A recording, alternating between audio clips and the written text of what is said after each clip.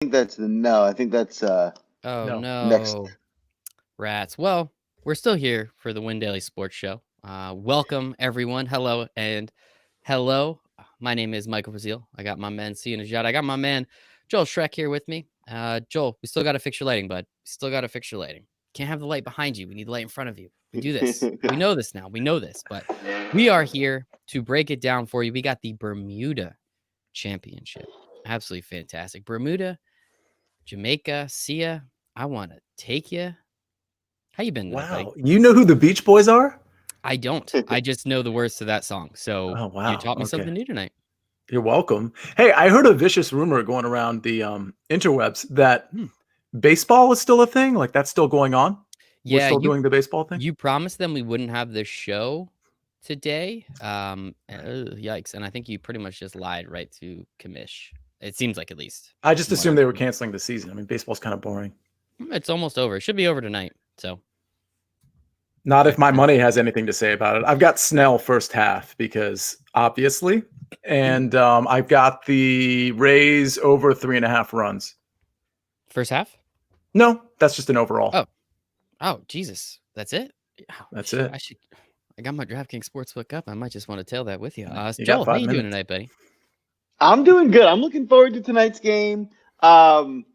I'm rooting for the Rays. I want you to win. I just think the Dodgers are going to win, and therefore I'm in a pickle because I do want the Rays, and it's the worst position for a gambler because you want to bet on what you want to root for, but if you don't think that's going to happen, it's just you don't want to put any money on it. So I'm not sure if I'm going to be having any wagers tonight.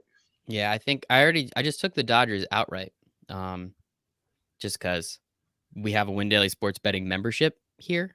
And if you just tail the house capper, you'd be up a lot of money. So you can come tail them with me. It's been working for me. It's been working for everybody else. WinDailySports.com.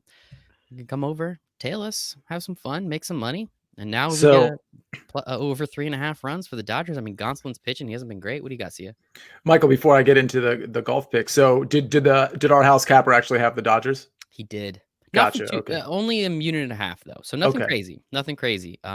He had the Seahawks for I want to say a couple units, and he had the Rams minus No. 6. He had Zona No, for I'm sorry. 5 Yeah. for You're right. 5.5 Yeah. units. Okay. Yeah. He To had a take lot of care of money. the juice. That was like a gigantic bet, which I tailed.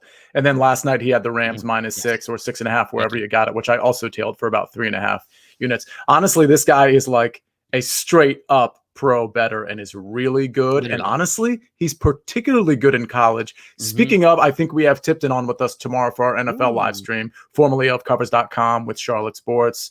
Yeah, eTip11 on Twitter. So that's going to be exciting. But I guess this is a golf show. So are we supposed to talk about golf? We've talked a little bit of baseball. We All talked right. a little bit of football. We'll get those out of the way. Now we're going to get to some golf. Joel, did I ask you how you were doing? Yeah, I think I did. So we're good there. We have the Bermuda Championship. Do you guys want to sing along with me again? Apparently it's the Beast Boys. We can go to Bermuda. We can have a lot of fun. It should be a blast. And we don't really have as many top tier golfers around this time. A lot of names we know, a lot of names we don't. So I guess, see, I'll start with you. What are some of the things? Yes, we have to be good on approach. We already know that. But what are some of the other things that we have to care about with this particular course? Oh, by the way, the Beach Boys and the Beastie Boys are two different groups. Since you're only 17 years old, I just wanted to make sure you didn't make that mistake in the future. Two completely different groups. I've aged 2 years in the last week. This is fantastic. I appreciate that, Tia. You're welcome. I went from 15 to 17. So that's pretty cool. I'm not angry about it. Also, the Beastie Boys suck. I really just want to put that out there. The Beastie Boys are terrible. Yeah, okay. Anyway. So I don't even, wow. Anyway. That's, ouch. No. Bad. Okay. Anyway, okay, so listen, here's what you need to know about the course. It's a resort course. It's going to be pretty easy. Approach is definitely going to be more important than, let's say, off the tee. I mean, even if you don't get it in the fairway here, you're not out of luck. There's not a lot of danger lurking on this course. I'm going to be favoring probably some of the shorter hitters that I like. Interestingly, I didn't write up Brendan Todd, but he's like the prototypical player that would succeed on this course, a shorter hitter that's very accurate. We'll get into some of those players of the Brendan Todd mold that I actually like this week, but that's what you're kind of looking for. Other than that, I mean, just look for low scores. The wind is going to be a factor. So we're getting information like as the days go along. I don't think the tee times are out yet, but what it's looking like is that Friday afternoon that's when the wind is going to pick up. So I think the Thursday morning wave which is matched with the Friday afternoon wave. That's probably going to be the wave on Thursday and Friday that you might want to like fade a little bit, maybe, because the winds are really going to pick up Friday afternoon. But again, that information isn't concrete, and we don't have tee times out yet, so we can't really fade anybody right now. But especially when you're thinking of like, I mean, first round leaders shouldn't be impacted because Thursday should be relatively the same. But you know, when you're picking your DFS plays, it's certainly something to consider. I mean, this is literally a coastal course, so wind is obviously going to be a factor. Sounds gorgeous, though. Joel, anything to add to what Sia said? Yeah, I'll piggyback on Sia. One thing I also read is I did see wind is going to be a factor, and there could be pretty heavy gusts, so definitely want to keep that in mind. But keep in mind, it's a coastal course. There's always wind here. There was wind here last year, and the scores are still really low. So, yeah, you want to avoid the guys who have to play at the worst wind times, but it seems like even with the wind, guys should be able to still score pretty well. So don't overdo the wind, but, yeah, it's still play the factor.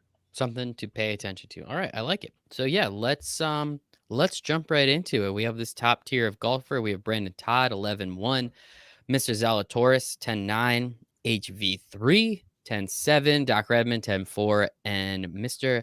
Grillo at 10-1. Sia, talk to me about this top tier range. Real quick, speaking of paying attention, so people watch the live stream. We're getting a little bit more traffic in that arena. Oh, yeah. By the way, they wanted us to post in, I don't know if this is something you can do right now, but in the Discord chat, the golf part, some of the guys were chiming in saying just to post, just to remind. Know where we are, guys. We do this every week. I mean, like, do I have to spoon feed everything to everyone? My goodness. Well, but I apologize. Michael, some of these are new subscribers. So some of these guys are like realizing that Win Daily keeps winning at everything. And they're like, oh yeah, I might want to sign up for that. That sounds kind of fun. Can't blame them. So there are a couple names. There are a couple names that I wasn't familiar with that actually were specifically asking for that. So I think that's where that's coming from. But the reason I even bring that up is because don't just pay attention to the live stream. I mean, these are great, but just keep in mind, Steven, Isaiah, Patrick, Antonio, all of these guys are like writing articles. And honestly, in my initial picks article, just to toot my own horn a little bit here, like I picked only 11 guys. I only picked 11 guys this time too.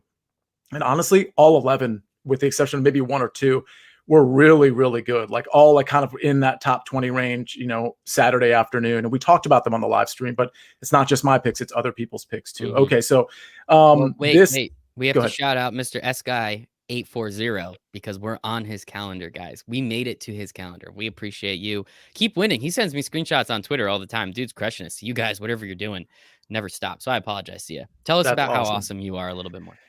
Yeah, that's a whole show, man. Like we got to do that another time. But thank you to S Guy. So listen, again, when it comes to the top tier range in any golf tournament, if you have like a really vociferous argument against somebody, you're probably just like kind of making it up because they're in the elite range for a reason, right? Mm-hmm. So I'm going to have to fade some guys here. And interestingly, I'm like the biggest Brandon Todd truther, but I don't have to fade him. I'll have like a share or two, but I don't think he's playing like as well as Brandon Todd normally plays. Listen, he won here last year. I think he shot like 24 under or something. Like he's clearly comfortable here. So yes, I'm going to have a share or two, but I don't think I'm interested at this price tag to take him. I am interested in Will Zalatoris. This is like a rising star. This guy's an up and comer, and he's been really, really good. Like he's in my write up. I mean, his last few tournaments, I think he's finished in the top 10 in 3 of the last 4 tournaments he's played on the PGA Tour. So HV3, who of course reminds me of RG3, I'm not going to be on him either. I think he's,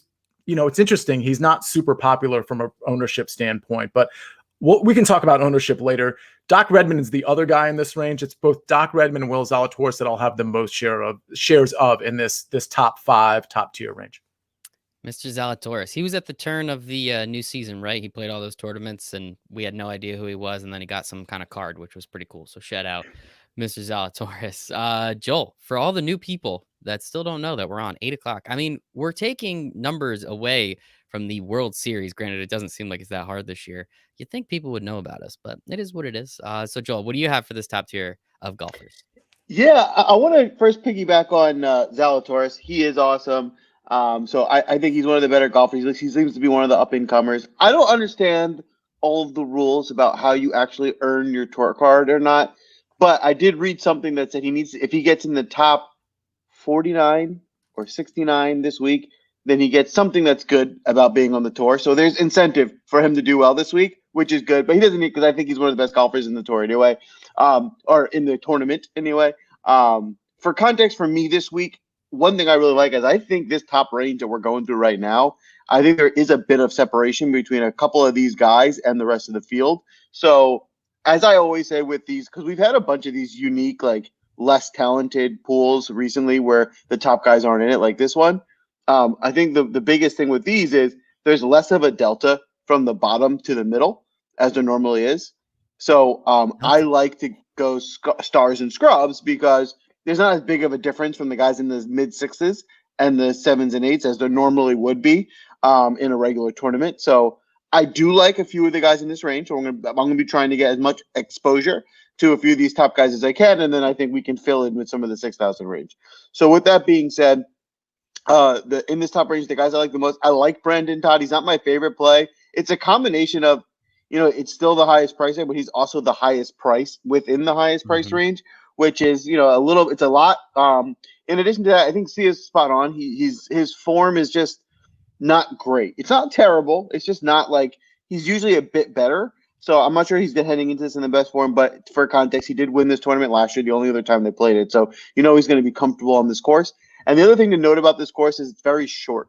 So you don't need to have a lot of distance. You don't need to have a lot of power, which should help him. But, the counter to that also is a lot of these guys won't even take out driver this week, right? So I think it's eliminating a lot of Todd's advantage is his driving accuracy. He's always in the fairway. And if guys aren't even taking out drivers, people will be in the fairway. So that will almost negate that advantage that he has. So from that perspective, I'm a little bit shy on him this week. Love Zalatoris. I think Zalatoris is probably who I like the most to win it right now, him or Grillo. I won't bet them because I just don't like betting the favorites in the beginning of a week. But I'll definitely have a lot of exposure here on the DFS standpoint. I think my model for building lineups is going to be squeezing in as much of Zalatoris, Grillo, and Redmond as I can with some scrubs and just filling out lineups that way. So basically that's who I like. I like Zalatoris, Grillo, and Redmond in this top range. I think, obviously like Michael said, approach is obviously the big thing. Redmond's probably known to be one of the better ball strikers definitely in this tournament, if not on tour. So he definitely makes sense. And Grillo's form is there. Grillo's been playing great. If you look at his numbers recently, they're there. And in this field, he's an elite golfer compared to the field. So from that perspective, I love him. But my hesitation with HV3, even though he's a fan favorite, I just don't think this course fits him that well, right? He's a long guy. He's powerful. And I mean, yeah, that should help him potentially get a couple extra birdies. But I don't think his game is suited to win this type of a tournament. And at this price range, he's going to need to get top 2 to be worth his price tag. So I'll probably be shying a bit away from him. I like that. Is he actually a fan favorite, or do we just love him? Fan favorite of our show. Okay. Friend of the show, HV3. We got RG3 on. I mean, we should probably be able to get H33 on, right? No offense to HV3, but did you notice I tried to get Tiffany Amber Thiessen on the show from Saved by the Bell earlier today? I did see that. Fingers crossed for that response. Yeah. What's that? There's a reboot, so I guess she's got stuff going on. She needs media coverage. Right? What are we? Hello? But a media company, friends. What are we? Wait. But a media company. You guys have to educate me. Which one is Tiffany? Ha! See ya. Shut up. It's not me. Shut up. Kelly Kapowski. Okay, Zach's love interest. Yeah. In fairness, I think it'd be more regular to just call her Kelly Kapowski than I think more people would recognize her as Kelly Kapowski than as Tiffany. It was a mistake on my part. You're right. I knew both. Or maybe I just thought that was her name on Saved by the Bell because I didn't actually watch Saved by the Bell. Gostowski needs to get on the show. I like that too. S guy coming through. Also, Dodgers are already losing, so 3.5 looks real good to you. 3.5 looks real good. Don't jinx it. So listen, a couple things. One is before I get to the 9,000 range. So I like Grillo as well. He's like a total joke with the putter, but if his putter is even like slightly below average, he's going to be really good because he is like great ball striker. I've actually had him in a lot of lineups just over the last like month or two, and he kind of pays off and kind of doesn't. I mean, the putter is really bad, but again, that can be fixed. You can have a hot putter 2 or 3 days, and all of a sudden you're in the top 5. So I like Grillo quite a bit. I do like the stars and scrubs idea here because I'll tell you, and I actually want Joel, like after we go through the 9,000 range, I want Joel to start the 8,000 range because there's basically nobody I like in that range, which lends itself to me having a couple 10,000 guys or a 10,000 and 9,000 guy And a lot of those like 7,170, because that's where I'm living this week for the most part. Like that's where 3 or 4 of the guys in my lineup are going to be, because honestly, those guys can win this tournament too, in my opinion. So, okay, so let's start the 9,000 range. There's only a few guys I like. Denny McCarthy, I like a little bit. 9,500. It's kind of pricey. He hasn't been that great over the last. He was the sixth at the. I think he was sixth at the Sanderson, but he hasn't been that impressive lately. I really like Cameron Tringale. I'm just kind of a guy. I'm a Tringale truther. 9,200 is a fair price. His ownership percentage isn't really that high. It's looking like it's going to be 10, 11%. And I've seen him compete on much bigger stages than this over the years and be really good. He is a great ball striker. He is great on approach. When he loses strokes, it's usually off the tee. And like Joel mentioned, that's not really going to be a problem here. His accuracy is fine. It's the length that's the problem with Cameron. So I like Tringale quite a bit. And honestly, other than him and maybe a little bit of Denny McCarthy, I'm just kind of avoiding this range. So I'm curious what Joel has to say on the 9K and the 8K range. But again, I think Tringale's in good form, and I think he's shaping up to be a great play. Tringale, triangle. Anyway. So you got to fit obtuse and acute somewhere in there, and I think we're good to go. Ooh, smart. Joel, what do you got? Talk to me about this 9K range. So I will say I'll add this range included in stars and scrubs. So these guys can stay on as stars. They're up there. So there are a few guys here I like. I like Charlie Hoffman a lot. He's been coming around. He's been playing pretty well. I like his form. I think he's in this range, he's a really good golfer. You got to rethink, and it's hard to do this. It's an exercise you have to do when you're building lives. You got to rethink guys, because like Charlie Hoffman's a low 7,000 salary guy in a normal tournament that is like middle of the pack, that I sometimes like as like a value play. And now I'm liking him as like one of the better golfers in the tournament. So it's just wrap your head around that for a second because of the change of field. But for that reason, he is one of the better golfers and his form is in play. So I love him. I also like Denny McCarthy a lot. Denny McCarthy is one of those guys. It's like the diet version of Palmer and Dahman. He gives the ability to go really low, not as extreme as them, right? They're like on the extreme of like super low and then like blow up. He's probably more middling, but he is that type of a golfer. And so I think this is a course where it will play to that strength. Like this is a course where if we had our Dahmans and Palmers and Young Anns, they would be definitely high plays here. So for that reason, I'm a big fan of McCarthy this week. I like Tringale as well. I think everything Sia said is spot on. His form is good. His game should fit this course. There's no reason not to play him other than I just think for how much I like him and the price is the only thing that I'm a little bit off of him, but I definitely will have some shares of him in my lineups. I really like a lot Ventura and Malnati. So these are those kind of round out my stars for this week. Ventura he missed the cut the last tournament, but before that he's been on fire. Granted, one of those tournaments was a field like this where it was not of the major players, but that's fine, right? It's the same field. So if he gets you a top 10 at this price, as long as you get the winner with him, you can win money. So I think he's a really strong play to fit into your lineups this week.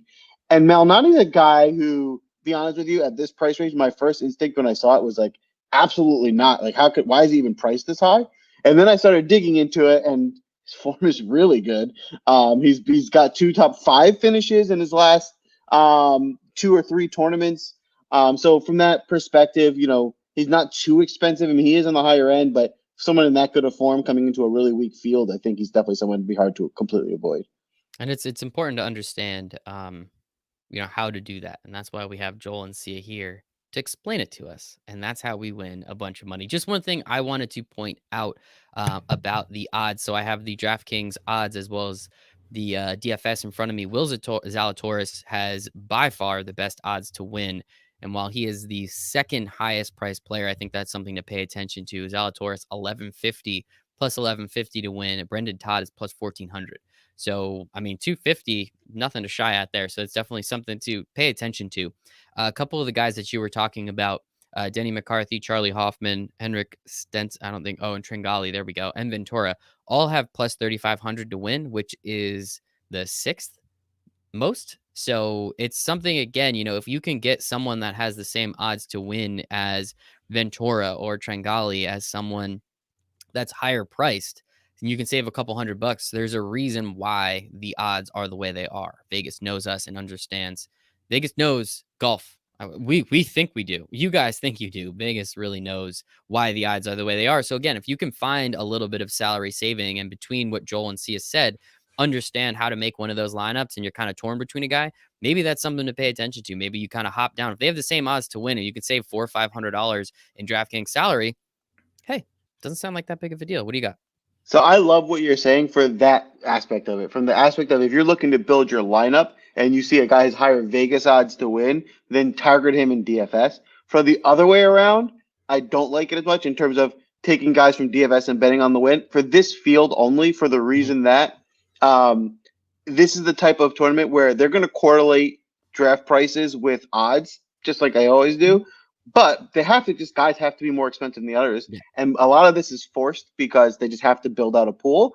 And not all of it is actual value because some of these guys are normally like $7,000 guys. So I think their big value, if you're just betting, not playing DFS, is on some of the middle tier guys that, just by chance could have been 8,800 or 9,000, but they're not because they have to build out this new field of players. And there's a much better chance that these guys win the tournament this week because they're not competing with your Thomases and Rahms and Rorys. So you can get like a middle tier, better value guy to win a tournament than you normally wouldn't want him to win on Augusta or something like that.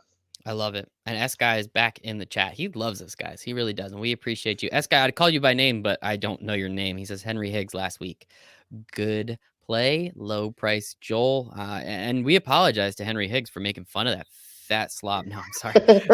I'm kidding. Henry Higgs, come on the show. All right, Joel, whatever. It doesn't matter.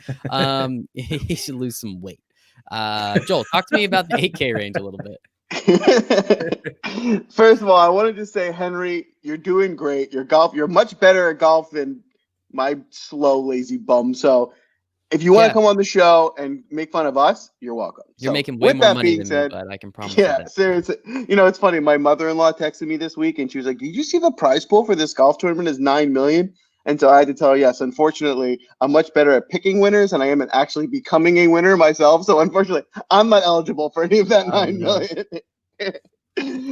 Anyway, back to the 8K prize range. So yeah, I'm with Sia here. I'm not gonna have too many guys in this range.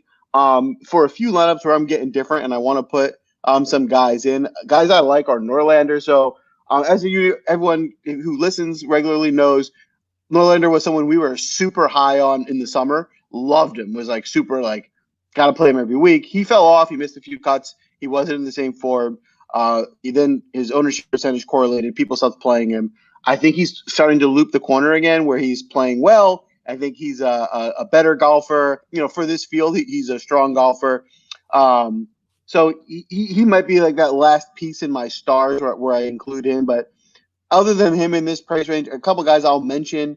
Hodgegaard is not someone I'm going to be playing. If you want to know who he is, he's awesome on the European Tour. He's like one of the best golfers on the European Tour. He never does anything in the U.S. So this is not in the U.S. So maybe it's in Bermuda. So maybe that won't correlate. But with these golfers on the PGA Tour, he typically hasn't had too much success. And at this price range, I'm probably not going to take too many chances at him. I know I don't want to steal Sia's thunder. He said he's not playing anyone in this range, but this is Sia's boy in Justin Sue, who, as everyone knows, is related to Ndamukong Suh, his younger brother. Mm-hmm. I thought it was his cousin. I think his younger cousin. Oh, cousin, of course. Yeah. Of course. Yeah. Second cousin, father's side. He's also known to, if things aren't going his way, just like his cousin, he will just swing a club at someone's head and attack them because they're very reckless. But no, but in all seriousness, I actually think he could be a good play. If you're looking to play guys in this range, if you want to have a more balanced approach, he would be a good guy to target here. His form is there. But again, from the style I want to play, I prefer just calling stars and scrubs. So I might be playing him, but he would be a good play if you wanted to be more balanced. For information-wise, Aaron Wise did really well here last year. Aaron Wise is also one of those guys that's like he's either going to miss the cut and kill you. I think Aaron Wise was tied for third last year for context. He's one of those guys that's either going to miss the cut and kill you, or he usually does really well. So it's like if you're going to play him, he's good enough to win you money in the tournament. But there's also going to be a lot of chances where he just misses the cut and ruins your lineup. So definitely don't have high exposure to him. But if you want to throw him into a few lineups, And I think that's a fair play for GPP.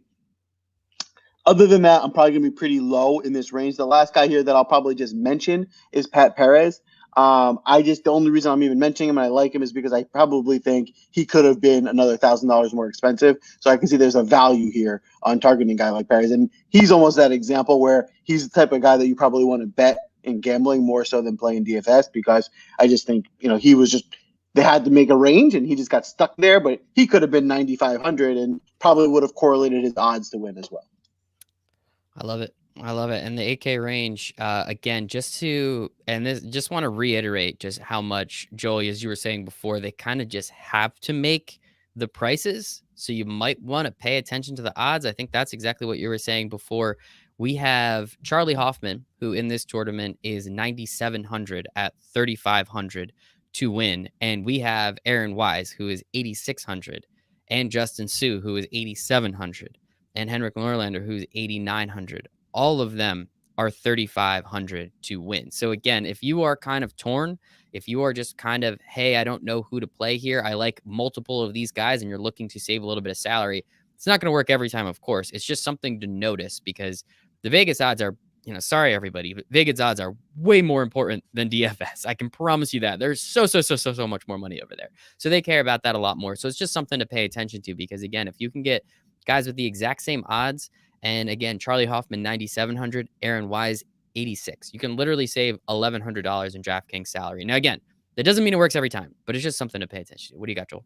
One other thing with that to look at it that I like to look at is when you're building your lets, if you want to take note of that, take a look at where the odds, like the Vegas odds, have changed from when it opened to when it's closer to Thursday. So if guys are, if their odds are lowering, that means there's a lot of money coming in on them. So there's sharps out there who are betting on them. There's a reason for it. Those are the guys to target. I like the odds change a lot. So if I see a guy's odds going down a lot, somebody knows something, let's go get him.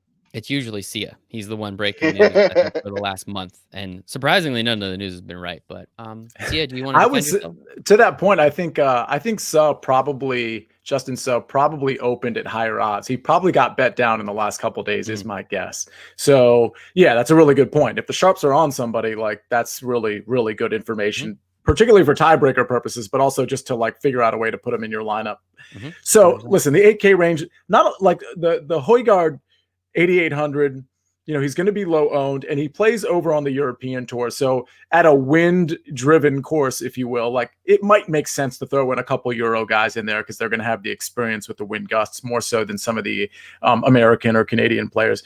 So I think he's an interesting play. I'm not really going to be on him too much. I think Suh is interesting, but one thing to know about Justin Suh, other than that he's the second cousin of Ndamukong Suh, is his ownership percentage is going to be really high. Like, it's tracking already at like 20%. So this is kind of one of those, like, this is definitely like a very chalky play, particularly in this, 8K range. So just keep that in mind. If you're playing him, it's not a sneaky play. Just because you haven't heard of him or you've only seen him in a couple tournaments, which he's done well in, this is not a sneaky play by any means.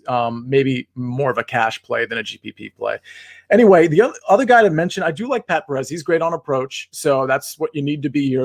He also happens to be a great putter. So I mean, if there were like two metrics to like, extract from a player and be like, oh, that's applicable here on this course, Pat Perez, the putting and the approach actually fits here. I want to mention Adam Schenk because he's just like a classic cut maker. I don't know how many cuts he's made in a row, but I think it's like 9 or 10 at this point. The problem is he's more of a safe play than an upside play. Maybe in this field he has more upside, but his Saturdays and Sundays just aren't that impressive. So it's one of those things like, yeah, I mean, do you want to play the safe play? Because nobody really in GPPs wants to play the safe play. So that's just more of a strategic thing. A lot of people would just want to get guys to make the cut, but if he's not finishing top 20 ever, then you have a problem. Like the last, let's just handful of tournaments: 27th, 32nd, 56th, 61st, 39th, 51st, 12th. So at the Barracuda, which was a field kind of like this, he finished 12th. So that's like the max of his upside. Other than that, there's really not much for me to mention in the 8K range. I'm not going to be on this range much. Yeah, Adam Schenk, at least the last 10 cuts. DraftKings doesn't go any further, so I cannot tell you. Sia, do you want to kick off the 7K range? Because I know you're going to have to play a couple guys in this range. And Mr. Vegas is there too. Let's get it. Yeah, he's in really terrible form. I'm curious to see what Joel has to say about him because I know he's a fan. I was a fan of him, a little while ago, but And by the way, Vegas is also really good off the tee, and that's not really going to like be great here in terms of length off the tee. So, okay, let's start with Stuart Sink. This is a guy that I sort of always have. I always think is mispriced. I still think he's mispriced at 7,900. I actually think he should be in like the 8,500, 8,400 range. So this is a classic sort of value play. He won somewhat recently at the Safeway Open. Pretty impressive. At the Samson, he was 12th. So his game is in form. His game fits this course. He's not a long hitter by any means. He's great on approach. Like, what more could you ask for from somebody that's less than 8K? Wesley Bryan's another guy. Like, he's super shaky off the tee, but he's sort of gotten that part of his game together. And again, that's not as important here. His approach game is also really good. So he's another guy that he's trending to be pretty popular in this range. It looks like he might exceed 15%, whereas just so you know, Stuart Sink is in the 9 to 10% range. Again, Stephen will have the final ownership projections on windailysports.com tomorrow around 5, 6 o'clock. But yeah, so, don't worry about ownership too much here because, we have a full field and, we can take some lower end guys as we get to the lower tiers. But just that's an FYI. Wesley Bryan looks to be, frankly, more popular than I thought he would be. As we go down the list, it's interesting that Rafael Cabrera Bello is here because he used to be a really good golfer. And I'm sure he's looking around in this field being like, what the hell? Like, what am I even doing here? Because there's not a lot of good golfers here. If you hadn't noticed, they're all kind of prepping for the Masters. So his game, I mean, I looked just at, earlier, I looked at just his last handful of tournaments and it's bad. Like, it's really bad. So it's reflected in his ownership percentage. It's like 3%, but I will have him in a lineup or two because the pedigree is there and we're in a new season, quote unquote.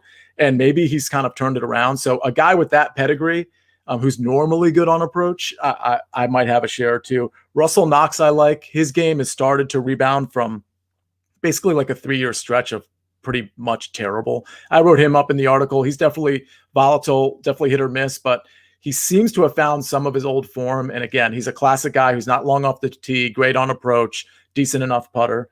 So let's see. Now we're going down to the low 7K range.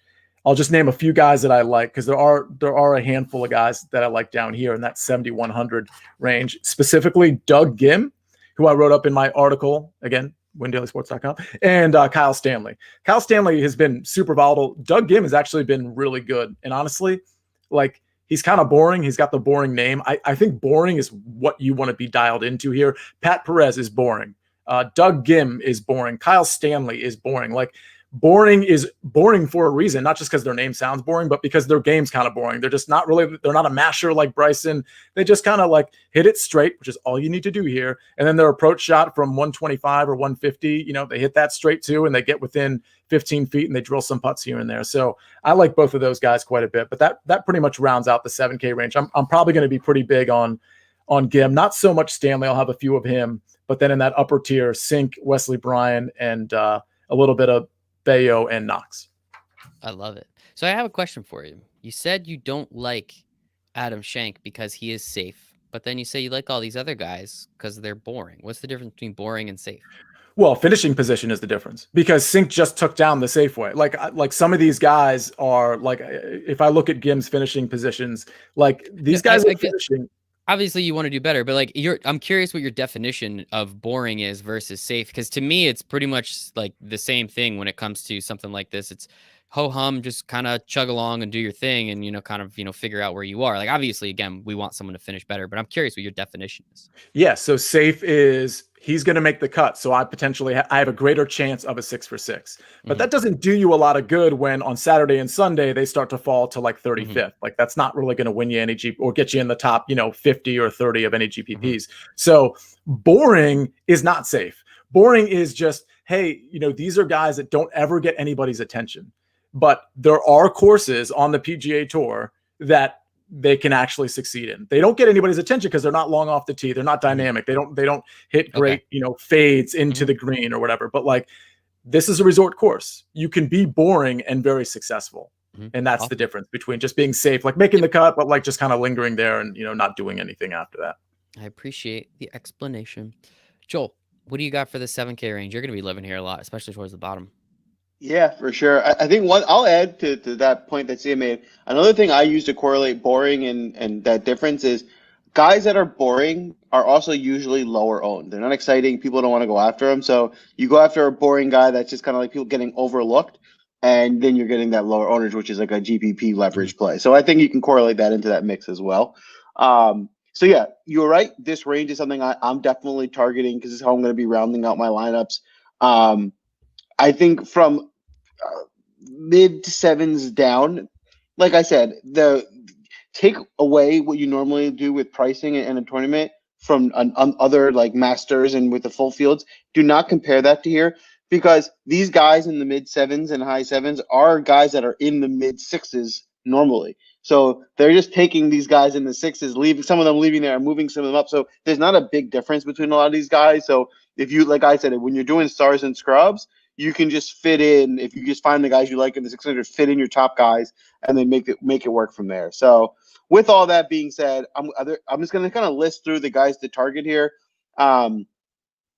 Patrick Rogers is a guy here who I don't necessarily love. The course should fit him, but I think it's just a value. He easily could have been in the high eights.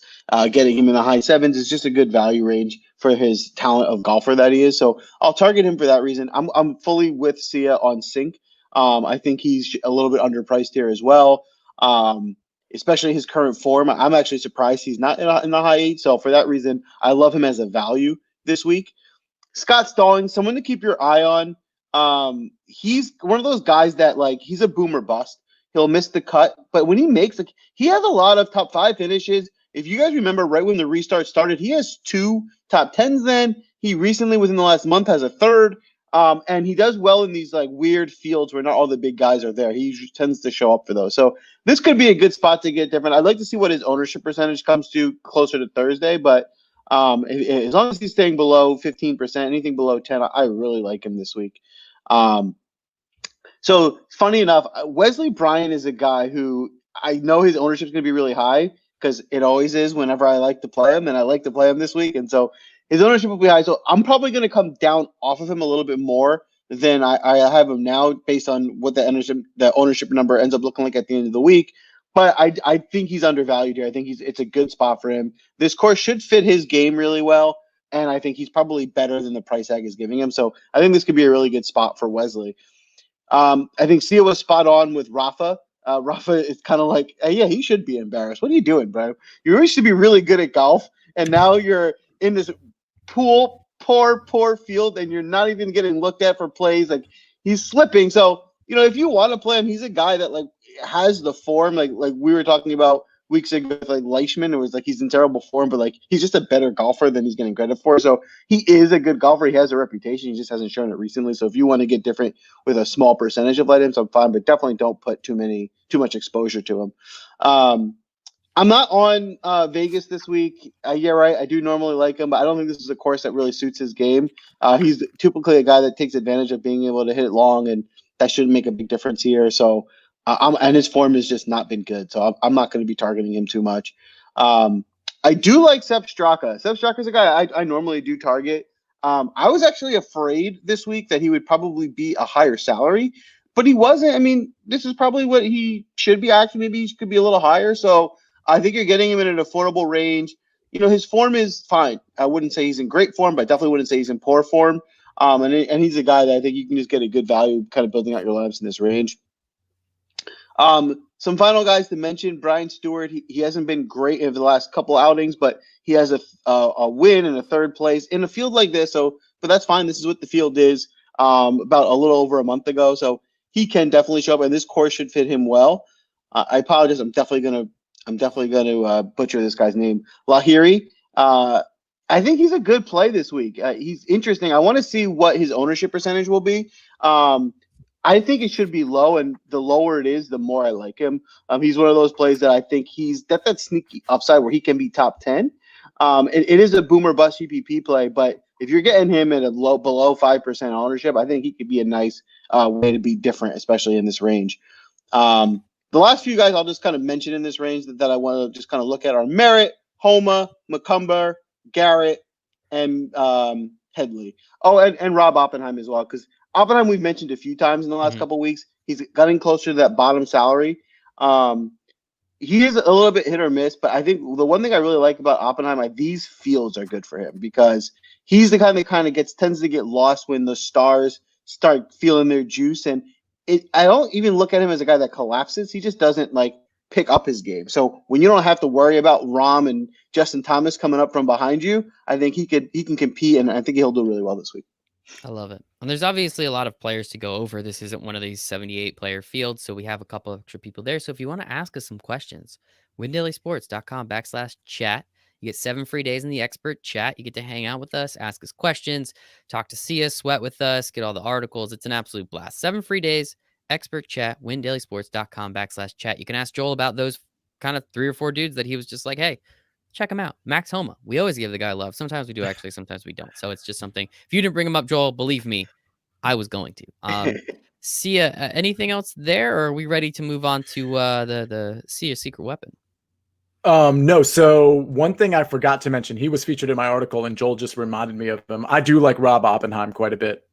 He's just a perfect course fit here. Not great off the tee, great approach game. So I like him quite a bit. Love it. Love it. Love it. And also, yes, as Joel and Sia have already said, Joel is playing this much like a Stars and Scrubs. He doesn't want your number. No. He doesn't want to give you no. He doesn't want to meet you nowhere. No. He doesn't want none of your time. So a lot of Stars and Scrubs over there. Sia, it sounds like you're not quite going as heavy as Joel is going to in that range. So I think that part's pretty important. But yes, let us move on to this 6K range. Of course. Joe, we found out S guy's name is Joe. He wants to know if Joel, you crushed college football again and just forgot to tell us about it. Also, how was your birthday? Forgot about that. Shit. We're only 45 minutes into this thing. How was your birthday? My birthday was great. Obviously, not much to do in a quarantined birthday year. So, you want to hear a funny story about my birthday? You have an extra minute? All right. So, I'm just watching the game. I don't really have anything going on right now. My birthday wish was to get a filet mignon steak and a lobster. And as you can imagine, a lobster. Okay, so in fairness, actually, it was just to get the lobster. All I wanted was a lobster. But getting a lobster in northern Jersey in the middle of a pandemic is harder than you would think. The restaurants just didn't have it. So, and we weren't going far because it was not that nice out and we have to eat outside. So we found a steakhouse in Hoboken that would do a surf and turf, a steak and a lobster deal. So great. So then I had like my wife, like my mother-in-law was watching me, all that stuff. So we ordered like a whole bunch of sides just to have like sides everyone have meat. So we had this big feast, great, really excited birthday dinner. Right at the last second, my day job surprises me, and I love Popeyes. I joke about it a lot. Popeyes is delicious. So they've sent me a feast of Popeyes, and I'm talking about buckets of chicken, French fries. So now at the same time, I have steak, lobster, all the sides you can imagine, Popeyes chicken, biscuits, fries. I'm sitting and there's only like 3 of us there to eat, and I'm like, all right, well, you guys are about to see something real special. And so I ate myself sick. It was fantastic. And then I continued to eat the same food for 3 more days throughout the weekend because I was all sitting left over. But it was a true feast. That is awesome. Shout out to your real job / day job, however you want to say it. I love Popeyes too, but I will never order anything but that spicy chicken sandwich ever again from Popeyes. So they did me good there. But I really hope you ate the steak and the lobster before the Popeyes, correct? So I was trying to be good. That was the goal. Like, and that's like what I try to teach my son. Like, you eat the good food first, and then you can have cookies. But the Popeyes showed up first, and what am I going to smell Popeyes and not eat it? Waiting for that was no chance. So nothing you can do about that. Yeah, nothing I could do. Oof. Well. Oh, and then did you crush college football again? So I didn't have a great week this week, unfortunately. No, I did not crush. So sorry for the bad news. It's okay. I mean, I would have been more angry if you crushed and didn't send me screenshots, I think. So I'm actually happier about it, but whatever. So I'm back to you now. We're over Joel and his birthday. It's over. We don't need that anymore. We're in the 6K range. So Sia's going to go over a couple plays. Joel's probably going to go over a couple more because, again, he's going very high. Again, Stars and Scrubs. Don't want your number, no. But Sia, every week, has his secret weapon, Sia's secret weapon. It's got a little alliteration. Might trademark it soon. Actually, you're a lawyer, Sia. Can you trademark that for me, please? Patent it, I think. I don't actually know what the correct terminology is. Yeah, I can look into Sia's it. secret weapon. Thank you. Sia's secret weapon, TM. And this is a player that's under 6K, under 5% owned, that essentially every single week, maybe not crushes it, but makes the cut. I think we've missed one cut so far this entire year, and we've been doing this since the restart. Two. Last couple of weeks, two. That's unfortunate. The last two out of like 18, I think. Yeah, exactly. It hits at a very, very high clip. And sometimes they actually do really well too. And I think that part is pretty important. But usually, most of the time, at least make the cut. So Sia, his secret weapon will be available in Discord Wednesday night. Again, windailysports.com/chat. If you're wondering how you get there, windailysports.com/chat. You can get into the secret weapon. You can get the secret weapon Wednesday night for free for 7 days. So you get this secret weapon if you sign up tomorrow, and then you get next secret weapon. So I kind of spoiled the fun for you. But Sia, talk to me about the 6K range. Everybody but the guy you love the most. So, by the way, just to answer a couple questions. So, Scott Stallings, it looks like he's going to be right around 10%. So that's a pretty safe range, but it's high for that range, but it's not super high. It's not like Wesley Bryan high. And Lahiri looking like 5%-ish, if not less, more like 4%. So just kind of an FYI there. So yeah, the 6K range, I don't like a ton of guys here. Again, I'll probably be living really high and in that 7,100 to 7,800 range. But I do like Hammer and Hank Lebioda, who, by the way, had a really good finish here last year. I think he was third here, tied for third here last year. Game's been pretty good lately. I mean, I think at 6,800, he's a good play, and it's reflected in his ownership percentage because it's around 7%, which in this range is relatively high. So I like Lebioda. I like Ryan Armour, as yes. Draftmaster Flex likes to say. So this is a guy that, is perfect for this course. He's a short hitter. He's typically good on approach, and he flashed some real upside right after the restart. So it's kind of been quite a gap between then and now in terms of him being any good. But if there were a course for him to shine, it would definitely be this one. And so at 6,600, I think it's a worthy gamble. A couple other guys I like but don't love, Vaughn Taylor. I'm not sure. I think it's Gillick, but Michael Gillick at 6,500. I like him quite a bit. And as I'm kind of going through the range, I don't really like anybody under 6,500. But again, I'm not going to have many shares of 6K guys, period. I'll have a little bit of Lebioda because I think that's worth it, and less of Ryan Armour. But again, I'm going to probably be not going below 7,000 like the Rob Oppenheim range. I love it. But also then the secret weapon, windailysports.com/chat. 7 free days in the expert chat. You get the secret weapon, and it wins. Mm-hmm. It always does. Joel, how about you? 6K range? Anybody? Anyone else to note? Yeah. So before I dive into this range, the one thing I want to note is that it's hard. Like the data I want to give you guys when I mention guys like in the 6K range, especially, is behind like their recent form, how they're finishing. It's hard to do that here because you're comparing a field of guys that just isn't comparable. So I'm going to be mentioning guys that maybe form doesn't look good, but like if I saw that they maybe shot a 66 one of the days last week or the last two tournaments, then that score will probably translate way better here than it would have in the tournament they played in. So that's how I'm doing it to kind of select some of these guys, is who has gone really low recently, even if it's just one day, because that just shows their form is good enough to do it. And I just need to hope they can put it together more consistently. So the data as to why I pick these guys isn't as black and white as it normally is with like, hey, this was their finish and this is why I like them. But I'm going to just kind of list through who I'm picking in this range. And I'll just kind of go through a list because like I said, my strategy is taking those 5 to 6 guys at the top that I really like, and then building as many lineups with mixing those 2 or 3 guys at the top and 2 or 3 guys down here. And then, that will be my formula to winning $100,000 this weekend on DraftKings. So how we're going to do that are the guys we're going to be targeting in this range. First, Scott Harrington at 6,900. This is still the top of this field, of this range. So he's still kind of on the more expensive end, but this is more of a value play. He's probably better than being in the 6,000s in this field. So I think he's a guy that we definitely want to target. He's a guy that I like to target as a $6,000 guy in tournaments when it's a regular field. So he's definitely a good guy to kind of target here.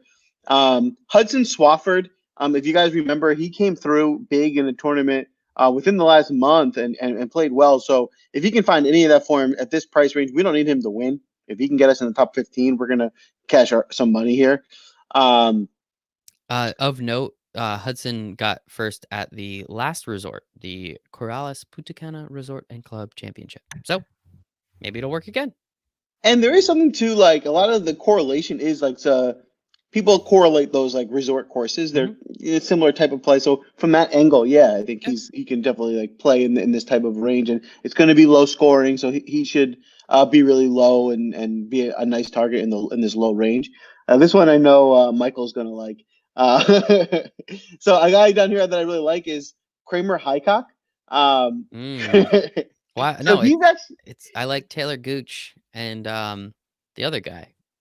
Yeah, but I figured he's like in the same family, so you would throw him in as well. Cousins, Yeah, dad's side, I think, right?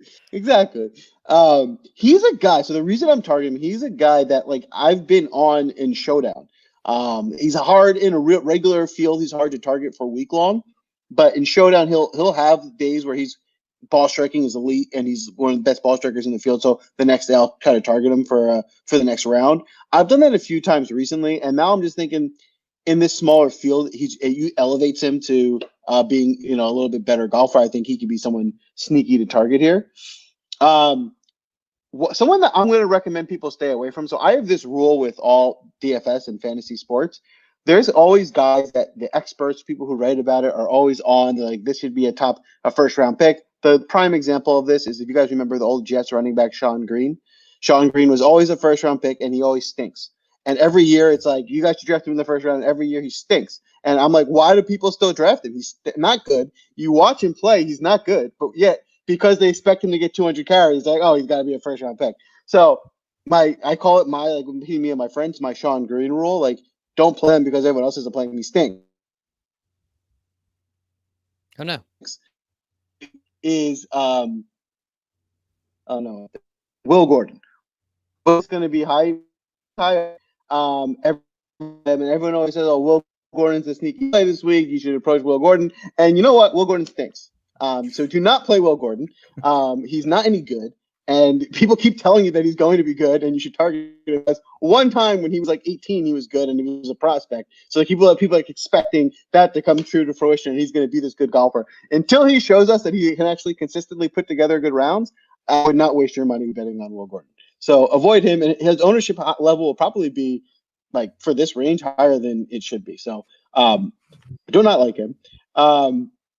I like Fabian Gomez. So Fabian Gomez is one of those guys that's normally hit or miss. He has a tied for third in the last 2 months, which I think it was the Barracuda, which is another like similar type of style tournament. So he can compete in the field like this. He also has a lot of missed cuts, so he is hit or miss, but that's what you're getting in the 6K range. So just try and find those guys that can give you the capability of getting in the top 5, and he is one of them. And then just because I don't want to take up too much more time, I'm just going to kind of just list off some of the guys down here that I like. So Burgoon, I do like. Chris Baker, I think, is someone that could be interesting to target. Robert Streb, Brem, definitely like Gelick. He's one of my favorite plays in the 6,500 range. Trahan's a good play down here. Bill Haas is someone that you should target. Tim Wilkinson, and I think this is the last two guys. One of Sia's boy. I know Sia really likes Aaron Baddeley. This is another good spot to target him in a weak field. And the last guy is Brian Gray. Brian Gray did really well on this. Brian Gay, I'm sorry, did really well on this course last year. So he has a good course history. His form is bad, so you can't really go off that. But you can find a guy who did well here before, and for this range, he's like one of the golfers in the 6,000s that can like stand out. So opposed to some of these other guys who we don't know anything about and never really do well, he's one guy that can pop. So if you're going to build some GPPs, you can fit him in there. I love it.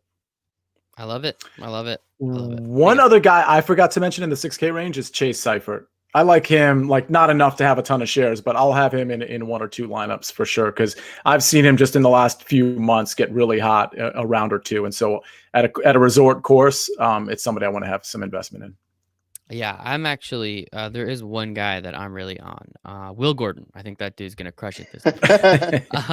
Also, I just want to mention and just note that we are about 54 minutes into this thing, and we are just getting into the bottom of the second inning of baseball. So I love baseball, but I completely understand why everybody else on planet Earth doesn't want anything to do with this shit anymore. I'm going to keep watching it.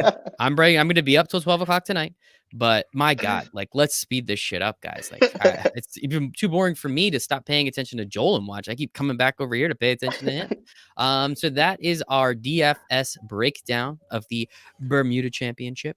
But we got a little extra. We got a little more to go, don't we, gentlemen? We got a little more to go. We have some outrights, and I don't even like. Why are we even calling them outrights anymore? We have some long shots. There we go. Let's just be upfront and honest with ourselves. We have some long shots that we like. I think we hit on like 2 so far, and we keep doing it. Haven't hit since like DJ at 90-1, which was pretty sweet. We had HV3, I think, at 70 or 80-1. But please remind me, gentlemen, I actually don't think we've hit any other of these, but they are fun to put $1 on. I do it every other time. Tiger Woods did not cash, Joel. Tiger Woods did not. Wait a minute. You're telling me we had an 80-1 and a 90-1 So that means we have 170 more tries before we have to hit another one. So we're fine. Yeah, I think there we go. No, that's like an actual thing though. If you hit 3 outrights in a year, you are way over, the unit measurement, because it's impossible to hit. So hitting 2 or 3 is a winning season for sure. Okay. Well, I like that. Well, gentlemen, I guess it's a new season technically, right? So I think we're 0 for right now for the 2020-2021 season. So we have a little while to go, but I'm excited, and I'm excited to run it back. So Tiger Woods didn't hit the one time we put a substantial amount of money on him, I think, and that didn't work out. But we like to speak things into existence here. So Sia, let's start with you. Who are some of our long shots for the Bermuda Championship? By the way, for those of you that actually do bet and take long shots, please keep in mind that you can bet throughout the course of the tournament. So if one of your long shots is actually in contention on like Saturday night, going into Sunday, you can go ahead and hedge that bet. Like if you took a guy that's 90-1 and you put like $20 on it, like you got a lot of money coming to you. So if he's somewhere in the mix in the top 5, let's say, or the top 4, go ahead and put a little bit of money on the other 3 guys. And like, you're coming out with a win, but that your 90-1 shot is still, going to give you like a ridiculous amount of money. So it's just something to keep in mind. It's kind of fun to do that and track your bet over 4 days, just like it is in DFS. So, okay. So my outrights, I only have 4 to give you. Cameron Tringale, Wesley Bryan at 50-1. Oh, Tringale's 35-1. You had already said that earlier in the show. Doug Gim at 80-1 and Kyle Stanley at 90-1. I like that. There you have it. Just 4. What was it? What were we? Yeah, it was 90-1s that we were hitting, right? It was like our special number. 80 was our special number. 80. Okay. 80-1. All right. Joel, who do you have for some long shots? Yeah. So I'm going to just put a few out there as well. So it's a couple interesting ones. I like Jason Duffner at 70-1, as well as Lahiri at 71 to be a little bit interesting. I love Oppenheimer. You're getting 85-1 there. And then my big long shots that we're going to look at are my favorite play by far, for sure, is Will Gordon. I'm just kidding. I was just about to say it. You beat me to it. I was just going to say it. No, but in all seriousness, I'm with I'm going to butcher his name. Is it Gielik? I think that's right. Gielik. All 3 of them. They're all correct. Don't worry. You're good. For context, it's spelled Gligic. That's the guy that we like. You're getting plus 12. What is that? 125-1. 125, yeah. So I like him at your long shot. And the last long shot down here that I like, I can't find him. Like, where is his odds? Okay, there's someone else that I like that I can't find. So I'm going to have to put a hold on it and get back to you. Okay. I appreciate your honesty, and I'm sure you'll find him. And he's really far down there, though. Sia, here's the juicy part. Who do we have, and who are you breaking news on this week for our first round leader? You know what? So there's one guy that Joel just mentioned that is very prone to having a very good round here and there, and who hasn't been that bad lately. So as I'm stalling to find where the hell this guy is on the first round lead. Oh, there he is. Okay, so I'm going to include him right now. In fact, that might be the breaking news. No. Jesus. No. Yes, it is the breaking news. God. Wow, this is crazy. This is breaking right now. This just happened. Give me the time. What do we got? I got 9:01 Tuesday, October 27th. Yeah. Right. Yeah. Obviously. Okay. Does anybody else count anything else? Like, come on. No, sorry, Nick. Dang Okay, so it. listen, let me give you kind of like the sub prime first round leader plays, and then I'll break the news of the guy who's actually going to take it down. So Doc Redmond at 35-1, Cameron Tringali 50-1. Let's see, Scott Stallings at 50-1, Hammer and Hank Lebioda at 80-1, and also at 80-1. This is breaking news. I mean, honestly, I shouldn't even be talking about it. I should also mention Doug Gim for a first round leader. And S Guy just actually reminded him. Did I not see him? Okay, so Doug Gim's another one. So put money on Doug Gim as first round leader. I just want to make that clear. But the guy who's actually going to win it, believe it or not, at 80-1, is Jason Duffner. Wow, I'm as surprised as you guys. I'm not gonna lie to you. Duffner coming out of the woodwork. Shout out that guy. Good for him. I love it. Wow, great job, Jay. Great job. Really good work. Really good Thursday. Real solid Thursday. Yeah, clearly. He did what he needed to do. He came out. He took charge. Wasn't even a tie. Just an outright first round leader. I didn't see it coming, but clearly somebody here did. It was him and Doug Gim. And then on the 18th, I think we all know what happened. Yeah, I mean, we were all there, so it was impressive. But I'm glad we all got to watch it. Sincerely glad we all got to watch it. The weather looked beautiful there too, by the way. All right, what about you, Joel? Do you have any first round leaders? Not that it matters. We already know who won the first round leader, so I'm just kind of curious if you're going to waste anybody's money. Yeah, I am. I have a great way to waste your money. And it's at 350-1. That doesn't get your juices flowing. I don't know what will. I'm in. I'm in. And I will preface this with that this pick has absolutely nothing to do with his golf play and 100% to do with the fact that he has an awesome name, and that's Fred Funk. So if you're not getting behind Fred Funk at 350-1 to be your first round leader, I don't know what you're doing, right? There's no logical reason why you wouldn't waste your money on him, who no one's ever heard of or knows if he's any good at golf, but his name's Fred Funk. Sounds like he'd be a WWE wrestler, and that counts for something. How about this? On DraftKings, where are you looking right now? It's on DraftKings. He's literally got to go all the way to the bottom, and then it's 1, 2, 3, 4, 5, 6, 7 up from the bottom. Yeah. He is 1,250-1. That's to win the tournament, I think. I'm looking at first round leader. To win the tournament. Well, now that I see this number, I'm absolutely putting $1 on that. That's not even a question. And then if he's even in it on Sunday and you're going to be doing your Fred Funk dance all day, worth the $1. $1 paid for it, regardless. I'm going to be listening to Parliament Funkadelic all day. So yeah, Parliament Funkadelic all day. I shook Bernie Worrell's hand once. That was kind of cool. He was old. R.I.P. Bernie Worrell. Anybody else? Joel? Yeah, so now my actual plays of guys that maybe actually have some golf behind it. I think his form isn't good, but I think an interesting first round target at 200-1, and that's really why it's interesting, is because it's 200-1, is Atwal. So Arjun Atwal, and the reason I like him is because it wasn't too long. I can't remember off the top of my head which tournament it was, but it wasn't too long ago when he came out hot in a tournament and was not the leader, but he was in like the top 3. And so he does have a propensity to start hot. Obviously, he's not an elite golfer where he win a tournament. But if he comes out hot, you get you a first round lead in a weaker field at 200-1. I think that's a good value. So I like him as maybe a dart throw here for your first round leader bet. Another first round leader dart that I would like to throw is Jonathan Bird, and it's the same reason. If you recall back, it was only not too long ago, 2 or 3 weeks ago, he came out hot. Again, he was like top 3 for the first day, so he can come out strong. And that was in a field with, the big dogs, right? With your Brysons and Rorys and guys like that. So in this field, especially, this is a guy that, for one day can certainly get up there. And we said this earlier, but I'm just going to reiterate as we're continuing to say these plays. Keep in mind the difference between these guys down here and the top is smaller than normal because the top is just they have to be elevated because the other guys aren't here. So I do think there is some value in just taking some darts on these lower guys because the competition isn't high and you're just getting a value in these longer odds. So like my strategy for betting this week, where I'm normally like to take safer bets, maybe take some top 20s and things like that. This week, I'm just going to take a few more dart shots at the lower guys because I do think it's more likely one of these lower high odds guys ends up coming out and winning this tournament. So the last couple of guys I'm going to drop for first round leader. I do like Brem, and I really like as my first round leader bet, both of them 100-1, Brem and Aaron Baddeley, who's normally Sia's boy, but he's another one of those guys that I've seen early in the week come out hot and then fade off. So I think this could be a spot where he could maybe get to the top.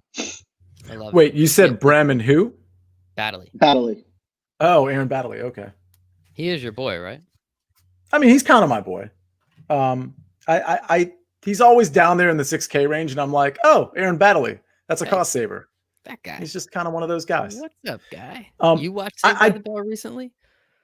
I watch it every day when I wake up in the morning. That's my morning routine. I eat breakfast on like WB11 or whatever. Well, I thought when you wake up in the morning and you're feeling kind of, I don't know the words. I'm going to ruin it. I'm going to go ahead and mute Joel right there. We're good. So listen, just to illustrate Joel's point though about taking shots, like, I mean, obviously first round leader is kind of like one of those things where it's kind of a roll of the dice, obviously. And so is an outright bet. But if you were going to take a shot at, let's say, an outright bet or even a first round leader, let's just contextualize it real quick. Would it surprise you if, like, does the following statement surprise you? Man, Doug Gim beat Peter Malnati.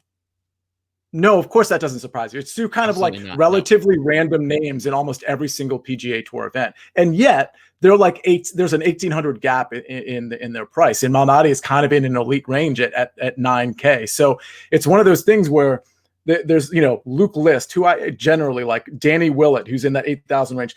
It's perfectly reasonable to say and rationalize like a guy at 6,700 beating guys like that in a day or even in 4 days, because none of these guys are really elite outside of a few kind of rising stars that we might see in a Will Zalatoris and maybe a Doc Redman. So it is really a good time, just like take some shots if that's what you want to do. That's what I want to do. That is what I want to do. Yeah, like, so like the thought process is like, that doesn't mean like, change your units, right? And so if your unit is normally whatever, like let's say $100, so that just means like what I'm going to do is I might make $10 bets opposed to what I normally make $33 bets, right? And so now I'm just going to do a couple more smaller bets because of the style here. So that's all that means. Still bet the same amount that you would normally bet. Just how you kind of spread that out can change as well. No, bet more than you're normally going to bet. Yeah, how about that's more fun. The last guy that I forgot before, and I'll bring back as my first round leader bet opposed to winning the tournament. I do like him for both. For the tournament, he's 50-1. For first round leader, he's 60-1. So I actually like him more for first round leader because you're getting a little better odds, and I'll take the better odds, and we don't need. He's not like a top guy to win the tournament. Is Wesley Bryan? I really like him.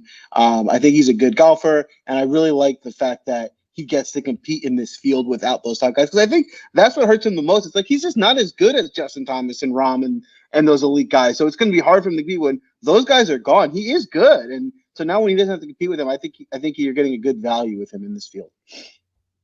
I love it, and that's the analysis you get here on the Win Daily Sports Show, talking the Barracuda Championship, DFS and betting breakdown. I think that's up. What? Also, it's not the Barracuda Championship, though. Oh yeah. I was singing Barracuda in my head. I mean, it's kind of similar to the Bermuda Championship. I'm still singing Barracuda in my head. I have been for like the last 45 minutes. It's been awesome. But that's our breakdown of the Bermuda Championship, DFS, betting, fun, Joel's birthday, lobster claws or tails or whatever. You didn't see that coming, but it came.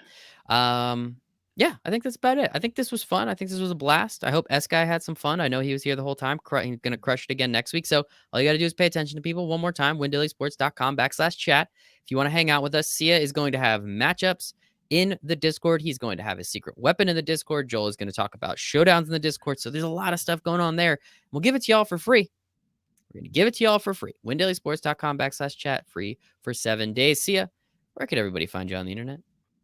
Real quick, Stovey, I hope you're still listening. He had a couple comments. He said that if we get Kelly Kapowski, that he's going to pay to co-host. And so I think he's going to pay me to kick you off of the co-hosting responsibility. So we can split it, but I think you're out on that interview. No, I'm sorry. I run all this, so you guys wouldn't know what to do. So I'm in. I'm legal counsel. Shit. Oh, damn. Well, Joel, are you a lawyer? Can you play a lawyer? I actually am. I'm also a lawyer, yeah. Okay, perfect. No, can you hear me now? Yeah. Here. I'm not like legally a lawyer where I don't have like my license, but my dad and brother are lawyers, so that counts as like a family tradition. I I get put in. So for that Yes. reason, yes, I'm aware. Sia, that's how the law works, correct? It is actually. I regret to point. inform myself that actually counts. Damn. If not, I'm pretty confident that's called nepotism. But again, I am not 100% sure. So yeah, we got 2 lawyers on the stream, and I'm gonna fight. Our lawyers are gonna fight each other for Kelly Kapowski. For me to talk to Kelly Kapowski. How weird would it be if it's just like 5 dudes and then Kelly Kapowski's just in this small little corner on the side of the page? It's like, so Kelly, what's up? But anyway, Sia, where can everybody find you commenting about Kelly Kapowski on the internet? You can find me at the Win Daily Sports Discord, of course, but on Twitter at Sia Najad, and tomorrow on the NFL live stream. Where else? We got to get, come on, where else? Sia Najad Sports on Instagram. Oh, Whoa. that's right. I'm new to this whole kids game, this IG thing. We're still calling it IG, or is there a cooler name now? Jason calls it IG. I hate when he says that, though. It's just stop it. Just call it Instagram. And yeah, old people are starting to take it over anyway. So this is kind of your time to shine, man. This is kind of your time to shine. You did it with Facebook. I can't be on Facebook anymore because all the olds came in. So it's very hurtful. My grandma. Shout out to my grandma as well. Mr. Flex, where can everybody find you on the internet? At Draftmaster Flex everywhere. Wherever you want to find me, just type in Draftmaster Flex. I'm the guy. Joel is the guy. And just a little update.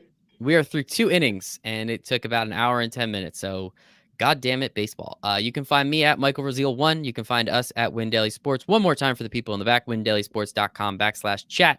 We're here to help. We're here to help you make money.